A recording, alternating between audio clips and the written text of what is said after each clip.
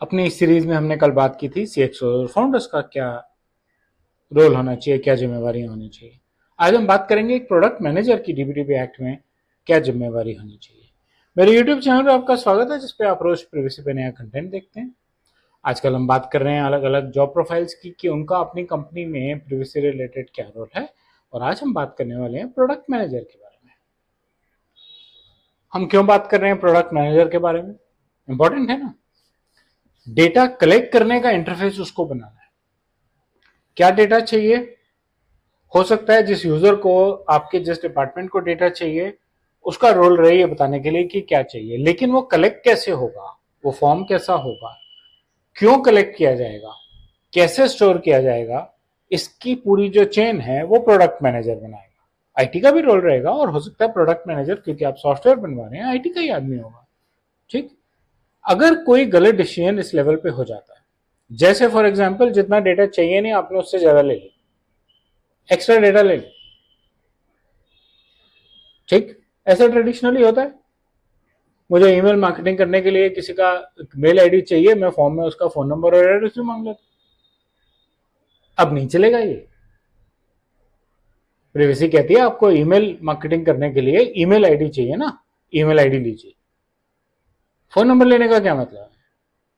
और अगर आप कहते नहीं मुझे इलेक्ट्रॉनिक मार्केटिंग करनी है इसलिए मुझे दोनों चाहिए, तो ठीक है, आपका पर्पज क्लियर है। आपको भी फोन पे तंग करेंगे, आपको भी मेल पे तंग करेंगे, जैसे भी है, दोनों का कंसेंट भी लीजिए। अब वो पर्पज लिमिटेशन की बात आ गई उसमें। आपने आज मेरे से मेरा ईमेल आईडी लिया मुझे प्रोडक्ट डिटेल्स भेजने के लिए, कल को आपने मुझे कंपनी प्रोफाइल भेजना शुरू कर दी, कल को आपने मेरी इस ईमेल आईडी पे मुझे कुछ और डिटेल भेज दी अपनी कंपनी, मुझे एक्सेप्टेबल नहीं है। आपने कंसेंट सिर्फ प्रोडक्ट इंफॉर्मेशन के लिए लिया था, किसी और पर्पज के लिए नहीं लिया था। तो अगर प्रोडक्ट बना ऐसा हुआ है कि वो कंसेंट ले किसी और चीज का रहा है, यूज कहीं और हो रहा है, उसको इन्फॉर्मेशन कुछ और चाहिए और ज्यादा इन्फॉर्मेशन ले रहा है, तो ये सब प्रिवेसी वायलेशन है। 3 प्रिंसिपल्स तो हमने वायलेट कर लिए बात करते करते, डेटा मिनिमाइजेशन का, पर्पज लिमिटेशन का और कंसेंट मैनेजमेंट का। 250 करोड़ रुपए का फाइन है अगर आप पकड़े गए कंसेंट मैनेजमेंट।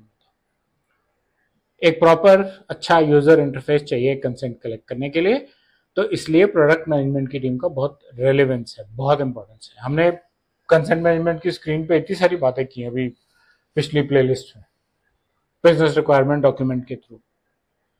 ठीक। सो पहली बात, जब आप डिजाइन डॉक्यूमेंट बनाएं अपने प्रोडक्ट के लिए, तो उसके अंदर प्रिवेसी के चेक्स इंक्लूडेड होने चाहिए। कैसे, आप कौन से पैरामीटर पे चेक कर रहे हैं कि प्रिवेसी का आपकी कंपनी में ध्यान रखा जा रहा है? आपको लीगल और कंप्लायंस टीम के साथ काम करना चाहिए, जरूरी है ना। लीगल टीम भी तो बताएगी कि सरकार के रूल्स के हिसाब से मैं चाहिए क्या, अपनी मर्जी से थोड़ी आप प्रोडक्ट मैनेजमेंट टीम डिसाइड कर लेगी। कंप्लायंस टीम ही तो बताएगी कैसी स्क्रीन चाहिए, क्लियर इंटरफेस, खास करके कंसेंट के।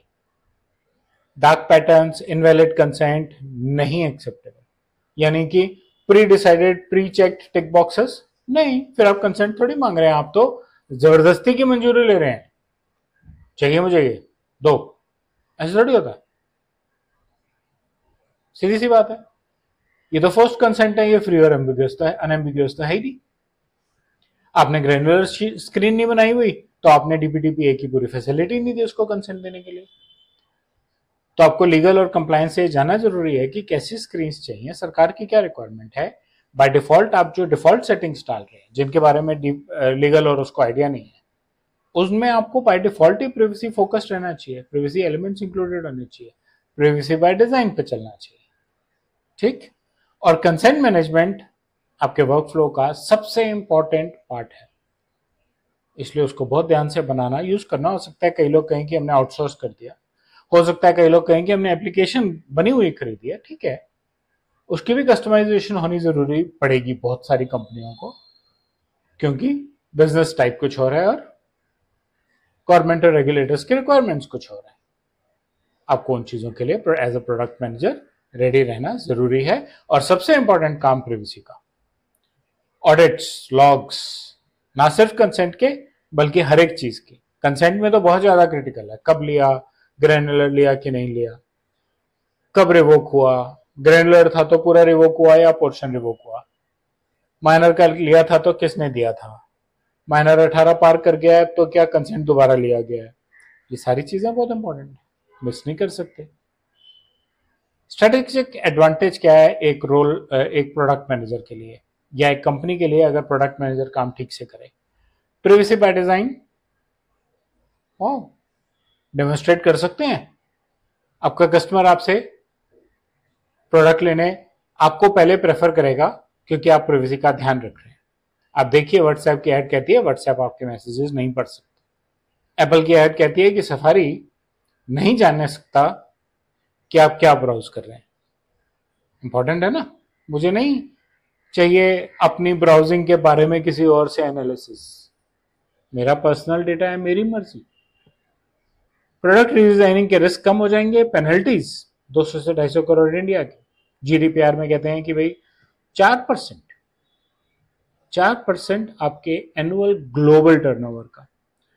पॉजिटिव यूजर रिव्यूज से आपको ऐप स्टोर पे लोग बहुत प्रेफर करेंगे, और अगर आप ये डेमोन्स्ट्रेट कर सकते हैं अपने डॉक्यूमेंटेशन में और आपकी प्रोडक्ट वर्किंग में कि आपने प्रिवेसी के एलिमेंट्स का ध्यान रखा है, तो रेगुलेटर्स और ऐप स्टोर्स आपको प्रेफरेंस देंगे और आपकी एप्लीकेशन को जल्दी अप्रूव करेंगे, आपकी गो टू मार्केट इंप्रूव हो जाएगी। सो ये कुछ इंपॉर्टेंट चीजें हैं जो प्रोडक्ट मैनेजर्स को ध्यान रखनी चाहिए जिससे कि वो अपनी कंपनी को प्रिवेसी से अलाइन रखें। हम कल बात करेंगे कि एचआर के फंक्शन में क्या ऐसी चीजें हैं जो इंपॉर्टेंट है रखनी चाहिए। मेरे चैनल के साथ बने रहिए, सब्सक्राइब कीजिए, अपना फीडबैक कमेंट सेक्शन में शेयर कीजिए। अगर ये वीडियो अच्छा लगा तो बेल और लाइक आइकन दबाइए। धन्यवाद।